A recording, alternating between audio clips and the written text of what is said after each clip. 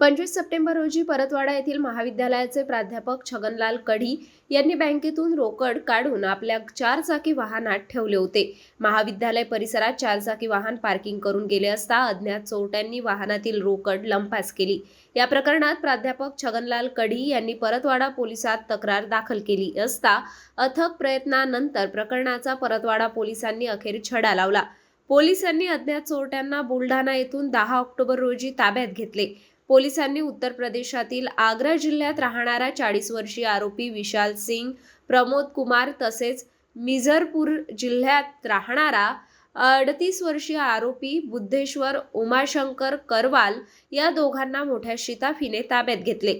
दोघांकडूून पोलिसांनी 50,000 रुपये किमतीची दुचाकी, 21,000 रुपये किमतीचे 3 मोबाईल, 18,000 नगदी असा एकूण 91,100 रुपयाचा मुद्देमाल जप्त केला। ही कारवाई अमरावती ग्रामीण पोलीस अधीक्षक विशाल आनंद, अप्पर पोलीस अधीक्षक पंकज कुमावत यांच्या आदेशाने परतवाडा डीवी पोलिसांनी केली।